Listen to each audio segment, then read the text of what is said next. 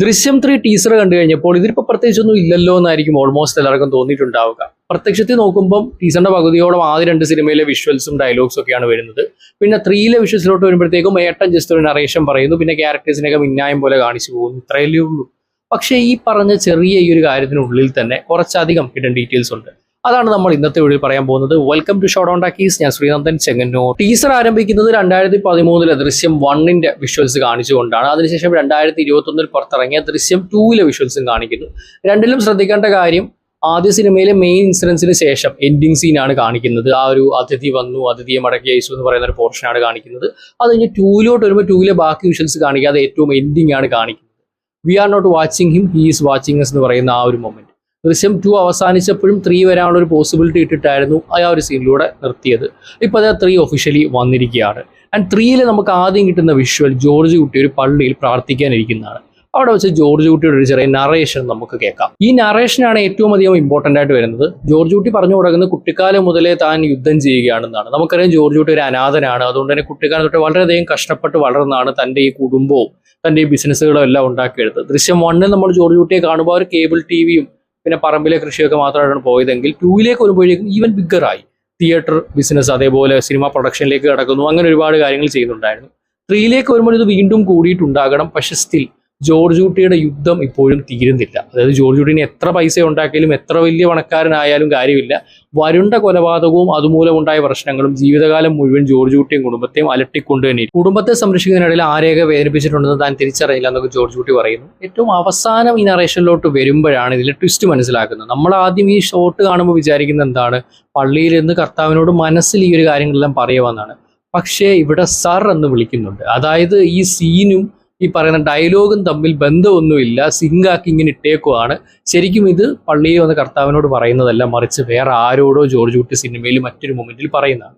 Sir എന്ന് പ്രത്യേകം പറയുന്നതുകൊണ്ട് തന്നെ ജോർജ് കുട്ടി റെസ്പെക്ട് ചെയ്യുന്ന ആരെങ്കിലും ആവാനാണ് ചാൻസ്. ഒരു പക്ഷേ ഇത് സിദ്ദിഖിന്റെ ക്യാരക്ടർ ആയിരിക്കാമെന്ന് എനിക്ക് തോന്നുന്നു, പ്രഭാകർ ആയിരിക്കാൻ തോന്നുന്നു. കാരണം ഈ ഒരു ക്യാരക്ടർ എത്രമാത്രം എമ്പത്തറ്റിക് ആണെന്നും അങ്ങനെയുള്ള ഒരുപാട് കാര്യങ്ങൾ ആദ്യ 2 സിനിമകൾ തൊട്ടേ കാണിക്കുന്നുണ്ട്. അപ്പം ആ ഒരു കണക്ഷൻ വെച്ചിട്ട് ചിലപ്പോൾ സിദ്ദിഖിനോട് നേരിട്ട് പറയുന്നതാവാം. പക്ഷേ ഇവിടെ പറയുന്ന മറ്റൊരു പ്രധാനപ്പെട്ട കാര്യമുണ്ട്, ഇനി ഇതുപോലെ ആരൊക്കെ ഉണ്ടെന്ന് അറിയില്ല. അത് അപ്പോൾ മറ്റാരൊക്കെയോ ഇതിൽ കടന്നു വന്നിട്ടുണ്ട്. അതെന്താണെന്നാണ് ഒരു മിസ്റ്ററി. കാരണം ഇത് ബാക്കി നമുക്ക് അറിയാവുന്ന കാര്യങ്ങളുടെ സെൻസ് ഉണ്ടാക്കുന്നില്ല. അതുവരെ പറഞ്ഞത് വെച്ചിട്ട് ആരോട് ജോർജ് കുട്ടി പറഞ്ഞ കാര്യങ്ങൾ കൺഫസ് ചെയ്യാൻ നമുക്ക് മനസ്സിലായി.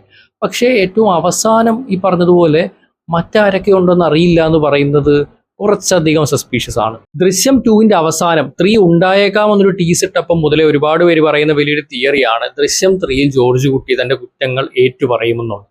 അതിന്റെ ഒരു ചെറിയ കണക്ഷനായിട്ട് ഇത് തോന്നുന്നു. പക്ഷെ ഇത് ഒരു പോലീസ് ഓഫീസറോട് പറയുന്നത്, മുരളിഗോപിയുടെ ക്യാരക്ടറോട് പറയുന്നതാവാം, അല്ലെങ്കിൽ നേരത്തെ പറഞ്ഞതുപോലെ സിദ്ദിഖിന്റെ ക്യാരക്ടർ പ്രഭാകരനോട് പറയുന്നതാവാം. ഇതൊന്നും അല്ലെങ്കിൽ നമ്മൾ ഇതുവരെ കാണാത്ത ഈ സിനിമയിൽ ഇൻട്രൊഡ്യൂസ് ചെയ്യാൻ പോകുന്ന പുതിയൊരു ക്യാരക്ടർ, പുതിയൊരു പോലീസ് ഓഫീസറോ അല്ലെങ്കിൽ ജോർജ് കുട്ടി തേടി വരുന്ന പുതിയൊരു വക്കീലോ അങ്ങനെ ആരെങ്കിലും ആവാം. പക്ഷേ അതിന്റെ ഒരു ഉത്തരം നമുക്ക് എന്തായാലും ഈ ടീസറിൽ നിന്ന് കിട്ടുന്നില്ല. വളരെ ബ്രില്യൻ്റ് ആയിട്ട് ഇങ്ങനെ ഒരു ടീസ് ഇട്ട് വെച്ചിട്ടുണ്ട് ജിത്തു ജോസഫ്. പക്ഷെ എന്താണെന്ന് നമുക്ക് അറിയണമെങ്കിൽ യാതൊരു വഴിയില്ല. അടുത്തൊരു ട്രെയിലറോ പടമോ വരേണ്ടി വരും. അടുത്തതായി ദൃശ്യം 3 എന്ന ടൈറ്റിൽ വരുന്നു. അതിനുശേഷം ഓരോ ക്യാരക്ടേഴ്സിനായിട്ടാണ് കാണിക്കുന്നത്. റാണിയെ മക്കളെയും കാണിക്കുന്നുണ്ട്. അതിനുശേഷം ഒരു വീട്ടിൽ പ്രഭാകറും ഗീതാ പ്രഭാകറും വിഷമിച്ചിരിക്കുന്ന കാണിക്കുന്നുണ്ട്. പിന്നെ മുരളിഗോപിയുടെ ക്യാരക്ടറിനെ ഒരു പോലീസ് സ്റ്റേഷനിൽ കാണിക്കുന്നുണ്ട്. മോസ്റ്റ് ലൈക്ലി ഈ ഒരു ക്യാരക്ടർ പ്രൊമോട്ടഡ് ആയി എന്നാണ് നമുക്ക് ഈ ഒരു പൊസിഷനിൽ നിന്ന് മനസ്സിലാക്കാൻ സാധിക്കുന്നത്. അപ്പോൾ കുറച്ചുകൂടെ ഇൻവെസ്റ്റിഗേഷനും പവറും കാര്യങ്ങളും മുരളിഗോപിയുടെ ക്യാരക്ടർക്ക് കിട്ടുന്നതും ഇത് ജോർജ് കുട്ടി കൂടുതൽ പണിയാവുന്നതും സിനിമയിലെ ഒരു മെയിൻ എലമെന്റ് ആവാൻ ചാൻസ് ഉണ്ട്. ആൻഡ് ഒബ്വിയസ്ലി കാണിക്കുന്ന എല്ലാ ക്യാരക്ടേഴ്സിന്റെ മുഖത്ത് ഒരു പരിഭ്രാന്തിയുണ്ട്, ഒരു ടെൻഷനുണ്ട്. അതിപ്പോൾ ജോർജ് കുട്ടിയുടെ കുടുംബമാണെങ്കിലും അപ്പുറത്തിരിക്കുന്നവരാണെങ്കിലും എല്ലാവർക്കും ഉണ്ട്. പക്ഷേ ഏറ്റവും അവസാന ഷോട്ടിൽ ജോർജ് കുട്ടിയെ കാണിക്കുമ്പോൾ ജോർജ് കുട്ടിയുടെ മുഖത്ത് ടെൻഷനല്ല, അതൊരു ഡിഫറെൻ്റ്, എന്തോ തീരുമാനിച്ചുറപ്പിച്ച പോലുള്ളൊരു നിപ്പാണ്. ഒരു ജനലിൻ്റെ പുറകിലാണ് ജോർജ് കുട്ടി നിൽക്കുന്നത്. നമുക്കറിയാം ആ ജനലിലൂടെ നോക്കിയാൽ പണ്ട് വരുണിനെ കുഴിച്ചിട്ട ഒറിജിനൽ സ്ഥലം കാണാൻ പറ്റും.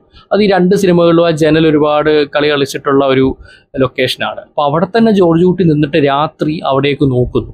നേരത്തെ പറഞ്ഞാൽ ബാക്കി എല്ലാവരുടെയും മുഖത്തൊരു ടെൻഷനൊക്കെ ആണെങ്കിൽ ജോർജ് കുട്ടി എന്തോ തീരുമാനിച്ചുറപ്പിച്ച പോലുള്ളൊരു മുഖമാണ് ഏറ്റവും അവസാനം കാണിക്കുന്ന ഈ ടീസറിന്റെ ഷോട്ടിൽ നമ്മൾ കാണുന്നത്. ദൃശ്യം 3യുടെ സിനോപ്സിസ് പുറത്തു വന്നിട്ടുണ്ട്. അത് വായിച്ചു നോക്കുകയാണെങ്കിൽ നമുക്ക് മനസ്സിലാവുന്നുണ്ട്. അതിൽ പറയുന്നത് ജോർജ് കുട്ടി ഇപ്പോൾ തന്നെ ഫാമിലിയെ എക്സ്റ്റേണൽ ത്രെറ്റുകളിൽ നിന്ന് മാത്രമല്ല ആ ഒരു സത്യത്തിൽ നിന്ന് തന്നെ സംരക്ഷിക്കാനാണ് ശ്രമിക്കുന്നത്. പുതിയ ഫോഴ്സസ്, അതായത് ന്യൂ ഫോഴ്സസ് ക്ലോസ് എന്ന് പറയുന്നുണ്ട്. അപ്പോൾ നമ്മൾ നേരത്തെ ടീസറിൽ പറഞ്ഞൊരു കാര്യം, പുതിയതായിട്ട് ആരൊക്കെയോ ഇതിൽ ഇൻവോൾവ് ആവുന്നുണ്ട്. ചിലപ്പോൾ നമ്മൾ നേരത്തെ കണ്ടിട്ടുള്ള ഫെമിലിയർ ആയിട്ടുള്ള ആക്ടേഴ്സിനെ വെച്ചിട്ട് പുതിയ ഏതെങ്കിലും കഥാപാത്രങ്ങളെ കൊണ്ടുവരാൻ ചാൻസ് ഉണ്ട്. മുരളി ഗോപിയുടെ ടീമിന്റെ ഭാഗമായിട്ടോ അല്ലെങ്കിൽ സുപ്പീരിയർ ഓഫീസേഴ്സ് ആയിട്ടോ ഈ ജോർജ് കുട്ടിക്കെതിരെ സ്പെഷ്യൽ ടീമായിട്ടോ അങ്ങനെയൊക്കെ പുതിയ ക്യാരക്ടേഴ്സിനെ കൊണ്ടുവന്ന് കുറച്ചുകൂടി എക്സ്റ്റേണൽ ത്രെറ്റുകൾ കൂടുന്ന രീതിയിലോട്ടായിരിക്കും സിനിമ പോകുന്നതെന്ന് നേരത്തെ ടീസറിലെ ആ ഒരു ക്ലൂവും ഇപ്പൊ ഈ സിനോപ്സിസും വായിക്കുമ്പോൾ നമുക്ക് മനസ്സിലാവുന്നുണ്ട്. ഇതിൽ അടുത്തായിട്ട് പറയുന്ന കാര്യം, ജോർജ് കുട്ടി കെയർഫുള്ളി കൺസ്ട്രക്ട് ചെയ്ത ഒരു കമ്പോഷർ. അത് നമുക്കറിയാം, ജോർജ് കുട്ടി എന്ത് വന്നാലും കുലുങ്ങാത്തൊരു നിപ്പുണ്ട് ആ രണ്ട് പടങ്ങളിലും. ആ ഒരു സംഭവം പതിയെ തകരാൻ തുടങ്ങുന്നു. ഇവിടെയാണ് കാര്യങ്ങൾ ഡേഞ്ചറസ് ആവുന്നത്. എത്ര വലിയ ഓഫീസേഴ്സിനെയോ എത്ര വലിയ തെളിവുകളോ കൊണ്ടുവന്നെന്ന് പറഞ്ഞാലും ജോർജ് കുട്ടി എന്ന മനുഷ്യന്റെ ബുദ്ധിയും അയാളുടെ ആ ഒരു കോൺഫിഡൻസ്, ആ ഒരു നിപ്പുണ്ടല്ലോ, അത് തകരുന്നില്ലെങ്കിൽ ഒരു കാര്യമില്ല. പക്ഷെ ഇപ്പോൾ അത് തകർന്നുകൊണ്ടിരിക്കുകയാണ്. 3 ജോർജ് കുട്ടിയുടെ ഒരു വലിയ മെന്റൽ ബ്രേക്ക് ഡൗൺ ആയിരിക്കും നമ്മൾ കാണാൻ പോവുക. അത് ഈ ഒരു മുഴുവൻ സംഭവത്തെ നല്ലപോലെ അഫക്റ്റ് ചെയ്തിട്ട് ഇവരെ പിടിക്കപ്പെടാനുള്ള സാധ്യതകളും വളരെയധികം കൂടുതലാണ്. ജോർജ് കുട്ടിയുടെ മുന്നിൽ വരുന്ന ഡേഞ്ചർ ഈ ഒരു ഔട്ട്സൈഡ് വേൾഡിനും ബിയോണ്ട് ആണ്. ജോർജ് കുട്ടിയുടെ കോൺഷ്യൻസ്, റിലേഷൻഷിപ്പ്, ഫ്രജൈൽ സ്റ്റെബിലിറ്റി, ഇതിനെല്ലാം തന്നെ നല്ലപോലെ ബാധിക്കുന്നുണ്ട്. ഈ പ്രഷർ മുന്നോട്ട് പോയിക്കൊണ്ടിരിക്കുന്ന സമയത്ത് നിലനിൽക്കുന്ന ഒരു ചോദ്യം ഇതാണ്: ജോർജ് കുട്ടി തന്നെ സ്നേഹിക്കുന്ന തന്റെ കുടുംബത്തെ പ്രൊട്ടക്ട് ചെയ്യാൻ എത്രമാത്രം ദൂരം മുന്നോട്ട് പോകും? അപ്പോൾ ഈ സിനോപ്സിസിൽ നിന്നും ടീസറിൽ നിന്നും നമുക്ക് മനസ്സിലാക്കാൻ പറ്റുന്ന സിനിമയുടെ സ്വഭാവം എന്തെന്ന് വെച്ചാൽ, ആദ്യ 2 സിനിമകൾ പോലെ ആയിരിക്കില്ല ദൃശ്യം 3. ഇത് കുറച്ചുകൂടെ ജോർജ് കുട്ടിയുടെ ഇന്നർ മൈൻഡിനെയാണ് ഫോക്കസ് ചെയ്യാം. ആദ്യ 2 സിനിമകളിൽ ഇത് പ്ലോട്ട് ഡ്രിവൺ ആയിട്ട് മുന്നോട്ട് പോകുന്നു. ജോർജ് കുട്ടി നമ്മൾ കാണുമ്പോഴും പുള്ളി കൂളാണ്. പക്ഷേ സിനിമയുടെ ക്ലൈമാക്സിലായിരിക്കും എന്താണ് നമ്മൾ ഓഡിയൻസ് പോലും അറിയാതെ ഇതിന്റെ ഇടയിൽ പുള്ളി ചെയ്തു വെച്ചതെന്ന് കാണിക്കുന്നത്. പക്ഷെ ഇവിടെ അങ്ങനെ ആയിരിക്കില്ല. സിനിമയുടെ തുടക്കം തൊട്ട് ജോർജ് കുട്ടിയോട് ട്രാവൽ ചെയ്തിട്ട് ജോർജ് കുട്ടിയുടെ ഇന്നർ മൈൻഡ് എങ്ങനെ തകർന്നു വീഴാൻ പോകുന്നു, അയാൾ അനുഭവിക്കുന്ന പ്രഷർ, ഇതൊക്കെയായിരിക്കും ഫോക്കസിലോട്ട് പോകുന്നത്. പിന്നെ നേരത്തെ പറഞ്ഞ പോലെ ആരോടോ ജോർജ് കുട്ടി ഇതൊക്കെ കൺഫ്യൂസ് ചെയ്യുന്നുണ്ട്, സാർ എന്ന് പറയുന്നുണ്ട്. അതാരാണെന്നുള്ളതാണ് നിലവിലെ ഏറ്റവും വലിയ മിസ്റ്ററി. എന്തായാലും ഇതൊക്കെ കൊണ്ട് തന്നെ ആദ്യ 2 സിനിമകളിൽ നിന്നും കുറച്ച് വ്യത്യസ്തമായ അനുഭവമായിരിക്കും ദൃശ്യം 3 നൽകുന്നത് പ്രതീക്ഷിക്കാം. പക്ഷെ സ്റ്റിൽ ആദ്യ 2 സിനിമകളിൽ യൂസ് ചെയ്ത ഒരു ഫോർമുല, അതേപോലെ അവസാനം വരുന്ന ട്വിസ്റ്റ്, ഇതൊക്കെ കാണാൻ തന്നെയാണ് നമ്മളെല്ലാവരും കാത്തിരിക്കുന്നത്. മലയാള സിനിമയെന്നല്ല, ഇന്ത്യൻ സിനിമ തന്നെ ഏറ്റവും അധികം ഉറ്റുനോക്കുന്ന ചിത്രങ്ങളിലൊന്നാണ് ദൃശ്യം 3. ഇത് വെറുതെ പറഞ്ഞതല്ല. പനോരമ സ്റ്റുഡിയോസ് ദൃശ്യം 3യുടെ മുഴുവൻ റൈറ്റ്സ് വാങ്ങിയതോടെ ഇത് നമുക്ക് ഉറപ്പിക്കാൻ പറ്റുന്ന കാര്യമാണ്. അതായത് പനോരമ സ്റ്റുഡിയോസ് ആണ് ദൃശ്യം ഹിന്ദി എടുത്തിട്ടുണ്ടായിരുന്നത്. സോ അവരിപ്പോൾ ദൃശ്യം 3യുടെ മുഴുവൻ സെല്ലിംഗ് റൈറ്റ്സും ആശീർവാദിന്റെ അടുത്തുനിന്ന് മേടിച്ചു. ഏകദേശം 150 കോടിക്ക് മുകളിൽ കൊടുത്താണ് മേടിച്ചെന്നൊക്കെയാണ് റിപ്പോർട്ടുകൾ കേട്ടിട്ടുണ്ടായിരുന്നത്. അപ്പോൾ ബേസിക്കലി ദൃശ്യം എവിടൊക്കെ വിൽക്കണം, അതായത് ഏതൊക്കെ ഡിസ്ട്രിബ്യൂട്ടേഴ്സിന് കൊടുക്കണം, ഏത് OTT പ്ലാറ്റ്ഫോമിന് വിൽക്കണം, ഈ വക കാര്യങ്ങളൊക്കെ പനോരമയാണ് തീരുമാനിക്കുക. കേരളത്തിലെ ഡിസ്ട്രിബ്യൂഷൻ ആശീർവാദാണ്, അതേപോലെ പ്രൊഡക്ഷൻ റൈറ്റ്സും ആശീർവാദിനാണ്. പക്ഷേ ഡിസ്ട്രിബ്യൂഷന്റെ മുഴുവൻ റൈറ്റ്സ് തിയേറ്റർ ആയാലും OTT ആണെങ്കിലും എല്ലാം ഉള്ളത് ഈ പറഞ്ഞ പനോരമയുടെ കയ്യിലാണ്. പിന്നെ ഇവരുടെ കൂടെ പെൻ സ്റ്റുഡിയോസ് എന്ന് പറഞ്ഞിട്ടുള്ള ഒരു കമ്പനിയും കൂടെ കൊളാബ് ചെയ്യുന്നുണ്ട്. പനോരമ ത്രൂ ആണ് ഇവർ വരുന്നത്, ഡയറക്റ്റ് കൊളാബറേഷൻ ആയിട്ടല്ല. പനോരമ ത്രൂ വന്ന് ദൃശ്യത്തിലോട്ട് ഇവർ ഇൻവെസ്റ്റ് ചെയ്യുകയാണ്. സോ നമ്മുടെ രാജ്യത്തിലെ ഏറ്റവും ബിഗ്ഗർ ആയിട്ടുള്ള 2 പ്രൊഡക്ഷൻ കമ്പനീസ് ആണ് ഈ ഒരു കാര്യത്തിൽ ഇൻവോൾവ് ആവുന്നത്. അതിൽ നിന്ന് തന്നെ മനസ്സിലാക്കാം ദൃശ്യം 3ക്ക് എത്രമാത്രം മാർക്കറ്റ് ഉണ്ടെന്ന്. പിന്നെ നേരത്തെ പറഞ്ഞതുപോലെ ഇത് മലയാള സിനിമ ഇറങ്ങുന്നത് മാത്രമല്ല, ഇതിന്റെ റീമേക്കുകളുടെ റൈറ്റ്സും കൂടെ ഒരുമിച്ചായിരിക്കാം ചിലപ്പോൾ വാങ്ങിയിട്ടുണ്ടാവുക. ഇനിയിപ്പോൾ ദൃശ്യം 4ന്റെയും കൂടെ ഒരുമിച്ച് വാങ്ങിച്ചു എന്ന് സംശയിക്കേണ്ടിയിരിക്കുന്നു. പലയിടത്തായിട്ട് ദൃശ്യം 4 വരുന്നുള്ള ടീസുകൾ നമ്മളിങ്ങനെ കേൾക്കുന്നുണ്ട്. സിനിമയ്ക്ക് അകത്തല്ല, പുറത്തുള്ള പലതും പിന്നെ ബുസ്സൊക്കെ കേൾക്കുന്നുണ്ട്. ദൃശ്യം 4 വല്ലോണാ? എന്നോട് പറഞ്ഞോ, ഞാൻ ആരോടും പറയൂലാട്ടാ. എത്രമാത്രം ശരിയാണെന്ന് അറിയില്ല. പക്ഷെ വരികയാണെങ്കിൽ അതെന്തായി തീരുമെന്നറിയണമെങ്കിൽ 3 കണ്ടല്ലേ പറ്റൂ. ഈ ഗോഡ്സില്ല കോങ് അടക്കമുള്ള മാനം മുട്ടുന്ന മോൺസ്റ്റേഴ്സിനെ കൈജു എന്നാണ് ജാപ്പനീസിൽ പറയുക. ജപ്പാൻകാരാണ് കൈജു എന്നൊരു ഹോൾ സബ് ജേണർ തന്നെ വേൾഡ് വൈഡ് പോപ്പുലർ ആക്കുന്നത്. ഇപ്പോൾ അത് ഹോളിവുഡിൽ നിന്ന് മോൺസ്റ്റർവേസ് അടക്കമുള്ള കണ്ടന്റുകളും വരുന്നു. എന്നാൽ നമ്മുടെ ഇന്ത്യക്ക് പ്രോപ്പറായിട്ടൊരു കൈജു കണ്ടന്റ് ഇതുവരെ ഇല്ല. പക്ഷേ ഇപ്പോൾ മലയാളത്തിൽ നമ്മുടെ ഇന്ത്യയിലെ ആദ്യ കൈജു നോവൽ അണിയറയൊരുങ്ങുകയാണ്. അതാണ് കൈജു യുഗ. 2026 തന്നെ റിലീസാവാൻ പോകുന്ന ഈ നോവൽ പബ്ലിഷ് ചെയ്യുന്നത് കാന്തമലചരിതം ജഹന്നെ അടക്കമുള്ള ഹിറ്റ് നോവലുകൾ ഇറക്കിയിട്ടുള്ള എറ പബ്ലിക്കേഷൻസ് ആണ്. അതിൻ്റെ ഒരു പെയ്ഡ് പ്രൊമോഷൻ ഒന്നുമല്ല, കാരണം ഈ നോവൽ എഴുതുന്നത് ഞാൻ തന്നെയാണ്. അതെ, ഇത്രയും കാലം യൂട്യൂബിൽ ഈ മോൺസ്റ്റർവേഴ്സും ബാക്കിയുള്ള മോൺസ്റ്റേഴ്സിനെ പറ്റിയൊക്കെ പറഞ്ഞു നടന്നിട്ട് ഇപ്പോൾ സ്വന്തമായിട്ടൊരു കണ്ടന്റ് ആദ്യമായി ഞാൻ എഴുതാൻ പോകുന്ന നോവലാണ്. അത് തന്നെ ഇത്തരത്തിലൊരു കണ്ടന്റ് ആയതിൽ ഒരുപാട് സന്തോഷമുണ്ട്. പിന്നെ ഈ പറഞ്ഞ മോൺസ്റ്റർവേഴ്സും ടോഹോ സിനിമകളുടെയൊക്കെ റിപ്പ് ഓഫ് ആയി മാറാതെ നമ്മുടെ ഇന്ത്യയുടേതായ ഒരു യുണീക്ക് കണ്ടന്റ് ഉണ്ടാക്കാനാണ് ഞാൻ ശ്രമിക്കുന്നത്. സോ നോവൽ ഈ പറഞ്ഞ പോലെ 2026 പകുതി അല്ലെങ്കിൽ ടുവേർഡ്സ് ദ എൻഡ് ആയിരിക്കും റിലീസ്. ഞാനിപ്പോൾ അതിൻ്റെ വർക്ക്സിലിരിക്കുകയാണ്. സോ എല്ലാവരുടെ സപ്പോർട്ട് ഉണ്ടാവുമെന്ന് പ്രതീക്ഷിക്കുന്നു. നോവലിൻ്റെ അപ്ഡേറ്റ്സ് ഒക്കെ ഞാൻ അപ്പോൾ തന്നെ വീഡിയോസിലൂടെയൊക്കെ ഇൻഫോം ചെയ്യാം. അപ്പോൾ ദാറ്റ്സ് ഓൾ അബൌട്ട് ദൃശ്യം 3 ടീസർ ബ്രേക്ക് ഡൗൺ. കൂടുതൽ പറയണമെന്നുണ്ടെങ്കിലും ഇതിനകത്ത് പ്രത്യേകിച്ച് ഇനി കൂടുതലൊന്നുമില്ല, എല്ലാം പറഞ്ഞിട്ടുണ്ട്. പിന്നെ അടുത്തൊരു ട്രെയിലർ 1-2 ആഴ്ചക്കുള്ളിൽ പ്രതീക്ഷിക്കാം എന്ന് കരുതുന്നു. കാരണം മെയ് 21-നാണ് സിനിമ റിലീസ് ആവുന്നത്. വാഴ 2 ഇൻഡസ്ട്രി ഹിറ്റ് അടിച്ച് ഇപ്പോൾ നിൽക്കുന്നൊരു മൊമെന്റിൽ ദൃശ്യം 3 വന്നിട്ട് ഇതെല്ലാം കൂടെ ബ്രേക്ക് ചെയ്യും എന്നാണ് എല്ലാവരും പ്രതീക്ഷിക്കുന്നത്. അതെന്തായി തീരുമെന്ന് നമുക്കറിയാൻ കുറച്ച് ആഴ്ചകൾ കാത്തിരിക്കേണ്ടി വരും. മീൻവെൽ പാട്രിയോട്ട് അതിരടി പോലുള്ള സിനിമകൾ റിലീസ് ആവുന്നുണ്ട്.